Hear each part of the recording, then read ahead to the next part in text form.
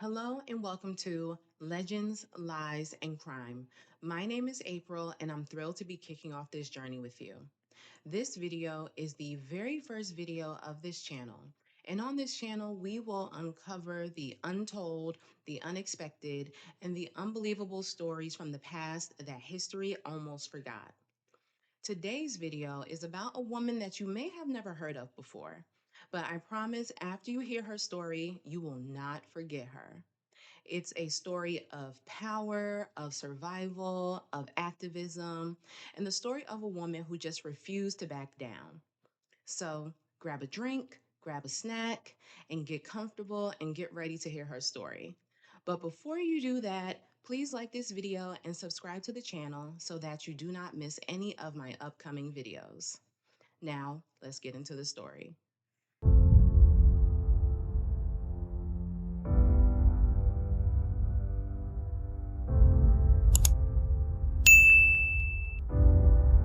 All right, so picture this. It's Harlem in the 1920s. The clubs are packed, jazz is playing, everyone's dancing and drinking and smoking. Most of us today, when we think of the Harlem Renaissance, we usually think of artists and musicians and Black entrepreneurs who were making their way in the world and making their mark on history. But the Harlem Renaissance wasn't just about poetry and parties. It was also home to one of America's biggest underground economies. And right in the middle of it all, a woman named Stephanie St. Clair. You may have never heard of her, but her story is pretty wild. They called her Queenie, Madam Queen, the Numbers Queen, and the Queen of the Policy Rackets. She was described as sophisticated, educated, and extremely sharp. She was bold, brilliant, and utterly fearless, if you ask me. Went toe to toe with the Italian Mafia and outlived some of the time's most dangerous criminals. But her story was not just about crime. It was about power, survival, activism, about refusing to back down, and about refusing to let anyone take what was hers. This is the story of Madame Stephanie St. Clair. So let's take it back to the beginning of Stephanie St. Clair's story. Stephanie was born on the French Caribbean island of Martinique on December 24th, 1897. But life was not easy for her. When she was 12 years old, her mom became very ill and she dropped out of school to take care of her. Eventually, her mom did pass away, and she knew she had to get out and leave her home of Martinique. So she saved up what little money she could and moved to Montreal, Canada. Now, a lot of Caribbean immigrants at the time were moving to Canada as a part of the Caribbean domestic scheme of 1910 to 1911. But when she got there, she knew that she did not want to just be a domestic worker for her entire life. By 1912, she was on a boat to New York City.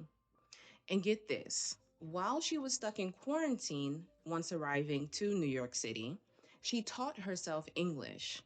So this shows that she was smart and ambitious.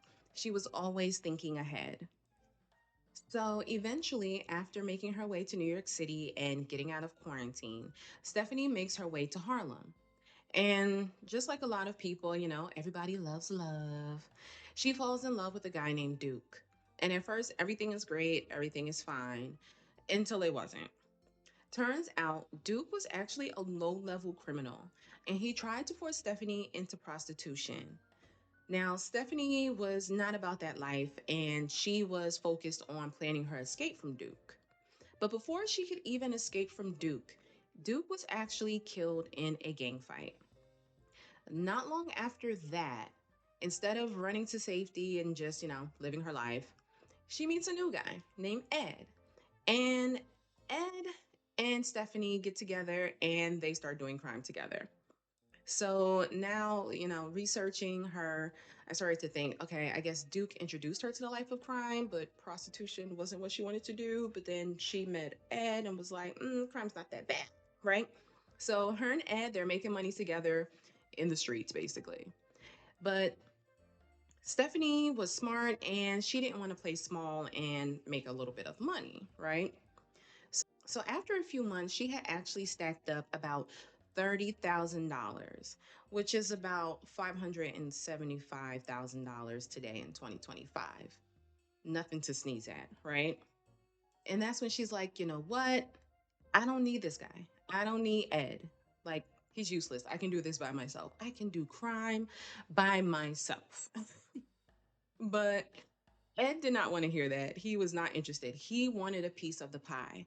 So they get into an altercation. He tries to strangle her. She eventually pushes him off. He hits his head on the table. And just like that, Ed is gone. So now she's dealt with Duke trying to force her into prostitution. Then we have Ed who tried to kill her, but she killed him instead. So in this short span of time, she has dealt with a lot. But instead of letting life get her down, she just keeps moving. She took some of that money that she made with Ed and she decides to invest $10,000, which is about $225,000 today, into the underground lottery game. Now, let's talk about what Stephanie invested in. She invested in policy banking, aka the numbers game. So, the numbers game is basically an illegal lottery. Just like we have lottery today, but it's run by various states. The numbers game was just an illegal form of it. So, for Black people, many Black people in many places were not allowed to do simple things, things that we take for granted today, like opening a bank account. So the policy game or the numbers game was a way for Black people to invest, to make money, and to build wealth. So, yeah, sure, it was illegal, but for Harlem's Black residents, it was a way to potentially build generational wealth for their families. And Stephanie, she ran that game like a boss. By the 1920s, she was making upwards of $20,000 a year. And that was big money back then. She was riding around in chauffeured cars, draped in furs, living in luxury apartments. And it's actually reported that at one point she lived in the same apartment building as Madam C.J. Walker and Thurgood Marshall. So, in my eyes, yeah, criminal activity, yeah, sure, bad. But she was living her best life. And it turns out that Madam Stephanie St. Clair was not just like your typical crime boss who kicked down doors and asked questions later. She was smart and she actually used some of her resources for good. She often used her resources to relay messages in newspapers. Now, one message that she relayed in a newspaper wasn't for the good of the community, but I guess it was for her own good. So on November 20th, 1929, she took out an ad in a prominent Black newspaper called the New York Amsterdam News. And she addressed it to potential suitors. And I just found this funny. So listen to this. To whom it may concern, I have received letters and telephone messages from men, which have annoyed me very much. I take this occasion to ask them publicly, please do not annoy me. I, Madam Stephanie St. Clair, am not looking for a husband or a sweetheart. If they do not stop annoying me, I shall publish their names and letters in this newspaper. Imagine there's some guy trying to get together with you, and you take out an ad in the newspaper, like, damn, girl. But anyway, when she wasn't busy swatting off potential boyfriends in the newspaper, she was actually using the newspaper to help her community. She often took out newspaper ads to address people and to let them know about their legal rights, about their voting rights, and to call out police brutality. And that last part, calling out police brutality and advocating for the advancement of Black people, that put a target on her back. That made the police hate her. Then in March 1930, Stephanie St. Clair was arrested. Now remember, the police hated her because of the things that she did in the newspaper, calling out police brutality, for example.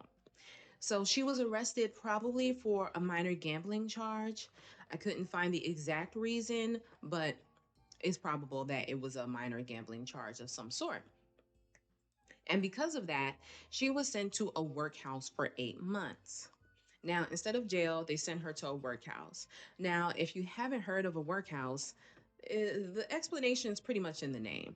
A workhouse is a place that you go to work instead of prison, where you do all sorts of backbreaking work. And sometimes people went to workhouses voluntarily also. So, for example, a pregnant, unmarried mother who didn't have any place to go may go to a workhouse just to have food and shelter. But guess what? Even though she went to that workhouse, Stephanie had plans to get her lick back, okay? She was going to get her revenge.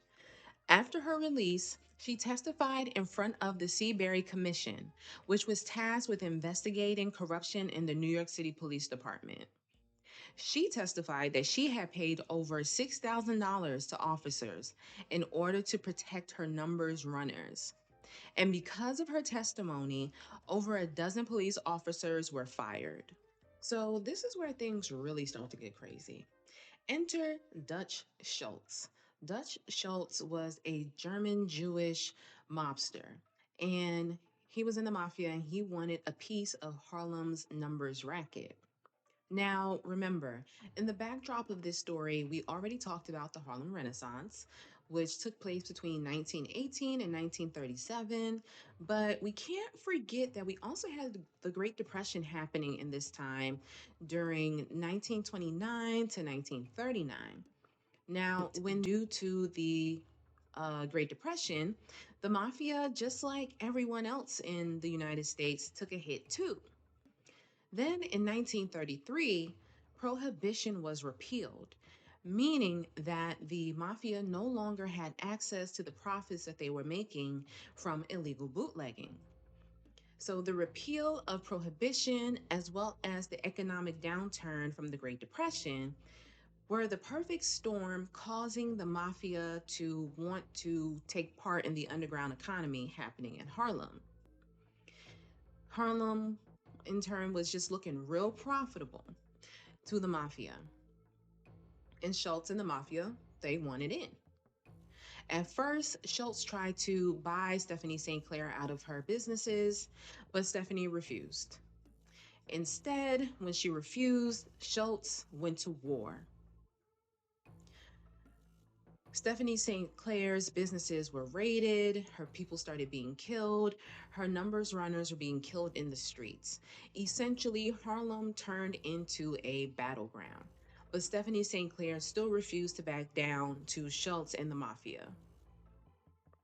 And this is where Ellsworth Bumpy Johnson comes into play. Bumpy was one of St. Clair's top enforcers. He played a huge role in fighting back against Schultz, his men, and the mafia as a whole. If we think of Stephanie St. Clair as the numbers queen, we can think of Bumpy Johnson as the general. Bumpy Johnson, he led a street war against Schultz and his men, protected Stephanie St. Clair's businesses, retaliated against attacks, making sure that Harlem did not fall into the control of the mafia. At one point, Schultz set one of his men to take out Stephanie St. Clair. But instead, things were turned around when Stephanie St. Clair was actually able to get away from the man, push him in a closet, lock the door, and then told her bodyguards to handle it, if you catch my drift. And because of this, Schultz was furious. He was even more enraged than he already was. So he put out a hit on St. Clair's life, and this caused St. Clair to go into hiding in 1935. At one point, it's reported that she hid in a cellar and she covered herself with coal to make sure that Schultz's men did not get to her. So now, let's think about that. Stephanie St. Clair was at war with the mafia. How many people do you know who go to war with the mafia and live to tell about it?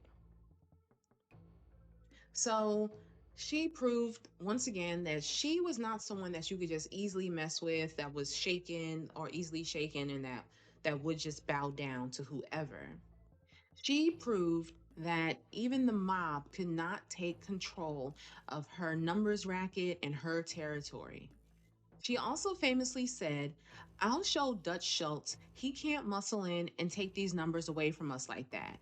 I ain't scared and they know it." And guess what? She was right because Schultz never took control of her business. He never took control of her numbers racket. And actually, Schultz had some problems of his own. He actually had a tax evasion case that was hanging over his head. Because even if you are in the mafia, even if you're a criminal, everyone's got to pay those taxes. Uncle Sam is coming for you every single time.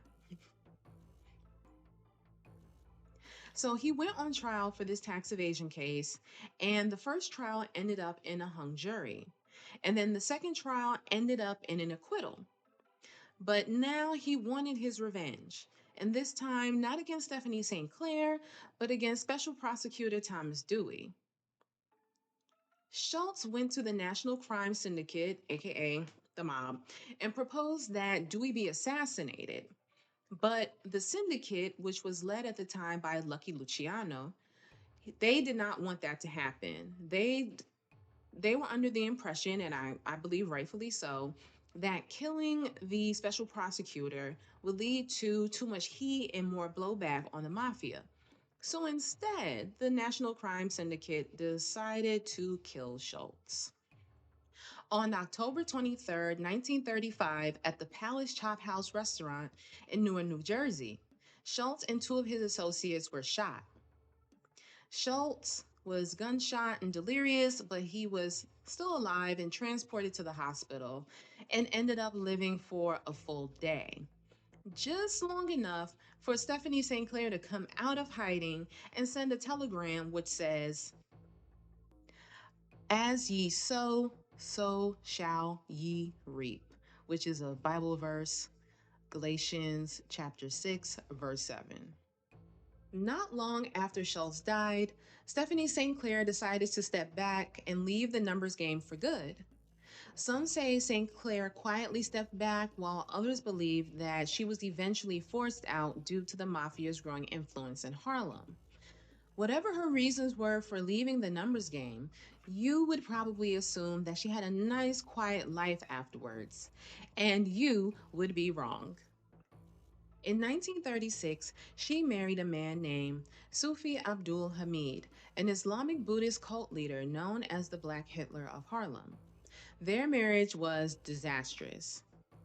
Now, in my research of Stephanie St. Clair, I learned about one man tried to force her into prostitution, another boyfriend tried to strangle her, and because of that, she killed him. And now, this third one, her husband, was known as the Black Hitler of Harlem. So it goes without saying that Madame Stephanie St. Clair has some very questionable taste in men.